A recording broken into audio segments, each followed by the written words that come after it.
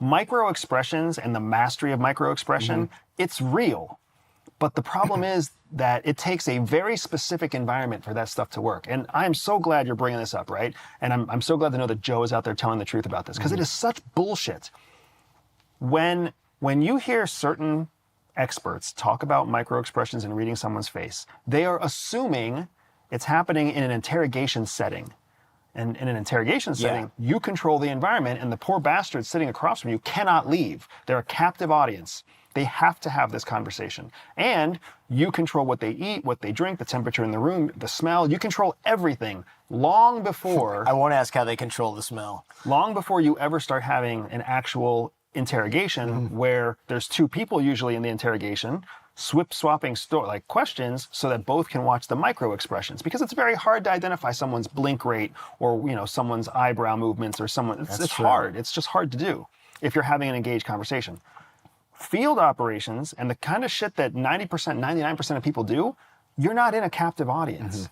That person can leave. You don't control the temperature of the room. You don't control what they ate in the morning or when they showed up for them. You don't control it. So they could be looking up to the upper left-hand corner just because they saw a bird flying by. Right. They could be... Oh, the eye thing is always such BS.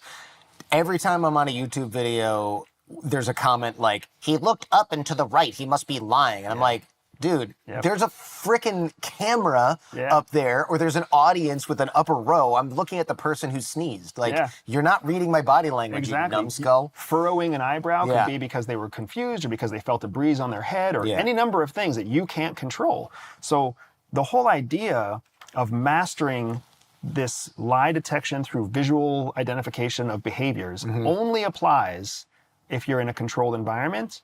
The second place where it applies is if you have a standing relationship, what's known as a baseline, with the person. This is why your mom knows, well, except for you and your kids because they're spy progeny, but most people, you kind of know when your kid's lying because you have a 30, 20, 10, whatever year-long baseline on them, so you know that there's that being kind of weird. You're not looking at me. It's why husbands know when their wives are lying, even when their wives say, I'm fine. Yeah, You're I'm fine. Well, think that's also not that coded in. That's not that. They're not trying to hide shit.